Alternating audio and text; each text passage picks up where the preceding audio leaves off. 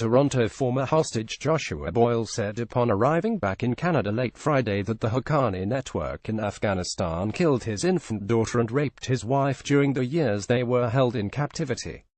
Boyle gave the statement shortly after landing in Canada late Friday with his American wife Caitlin Coleman and 3 young children at the Toronto Pearson International Airport. He said there was a delay because of a medical emergency.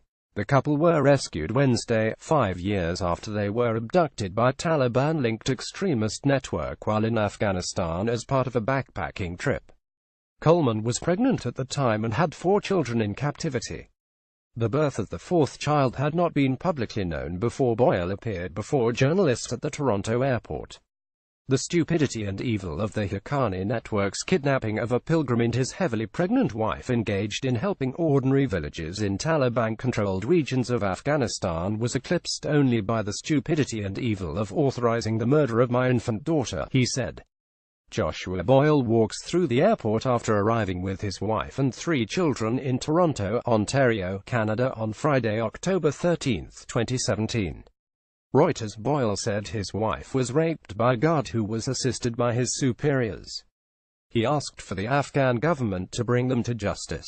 He said he was in Afghanistan to help villagers who live deep inside Taliban-controlled Afghanistan where no NGO, no aid worker and no government has ever successfully been able to bring the necessary help. Boyle also told the media that he plans on helping build a home for his children.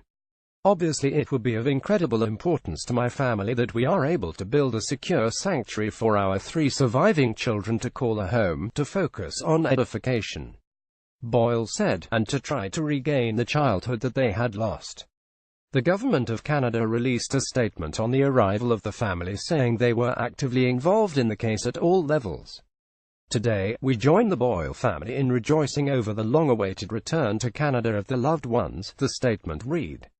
Canada has been actively engaged on Mr. Boyle's case at all levels, and we will continue to support him and his family now that they have returned.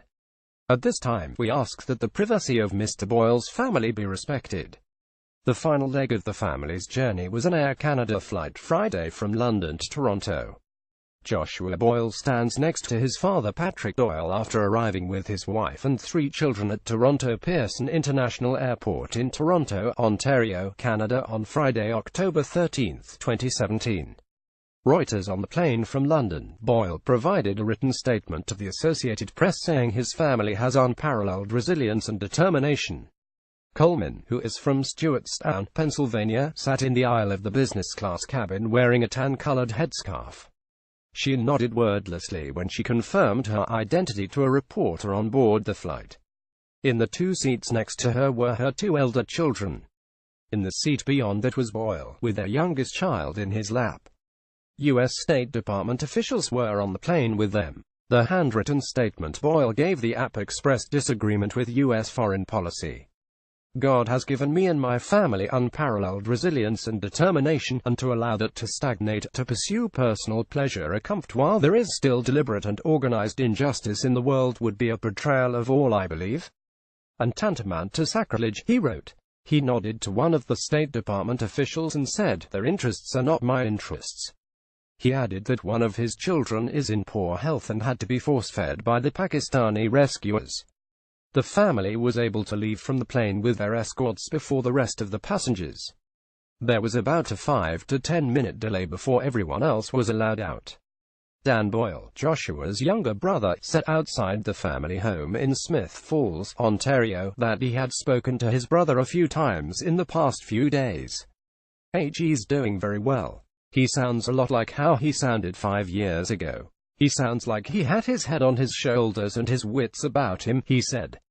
Pakistan's Foreign Ministry spokesman Nafeez Zakaria said the Pakistani raid that led to the family's rescue was based on a tip from U.S. intelligence and shows that Pakistan will act against a common enemy when Washington shares information. U.S. officials have long accused Pakistan of ignoring groups like the Haqqani network, which was holding the family. A U.S. national security official, who was not authorized to discuss operational details of the release and spoke only on condition of anonymity, said the U.S. obtained actionable information, passed it to Pakistani government officials, asked them to interdict and recover the hostages, and they did.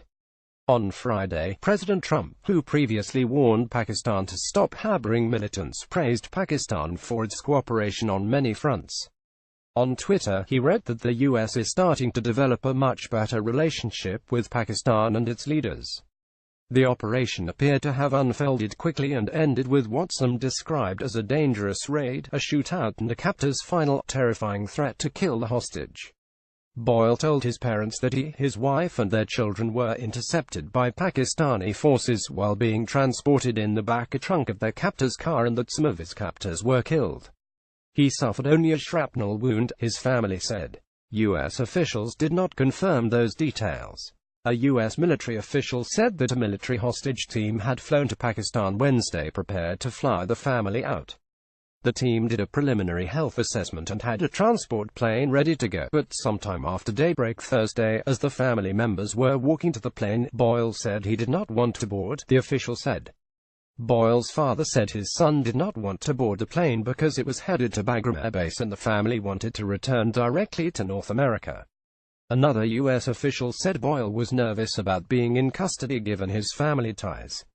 He was once married to Zainab Khadr, the older sister of former Guantanamo Bay detainee Omar Khadr and the daughter of a senior al-Qaeda financier. Her father, the late Ahmed said Khadr, and the family stayed with Osama bin Laden briefly when Omar Khadr was a boy. The Canadian-born Omar Khadr was 15 when he was captured by U.S. troops following a firefight and was taken to the U.S. detention center at Guantanamo Bay. Officials had discounted any link between that background and Boyle's capture, with one official describing it in 2014 as a horrible coincidence. The U.S. Justice Department said neither Boyle nor Coleman is wanted for any federal crime. U.S. officials called the Haqqani group a terrorist organization and have targeted its leaders with drone strikes. But the group also operates like a criminal network. Unlike the Islamic State group, it does not typically execute Western hostages, preferring to ransom them for cash. The Haqqani network had previously demanded the release of Anas Haqqani, a son of the founder of the group, in exchange for turning over the American Sanadian family. In one of the videos released by the captors, Boyle implored the Afghan government not to execute Taliban prisoners, or he and his wife would be killed. U.S. officials have said that several other Americans are being held by militant groups in Afghanistan or Pakistan.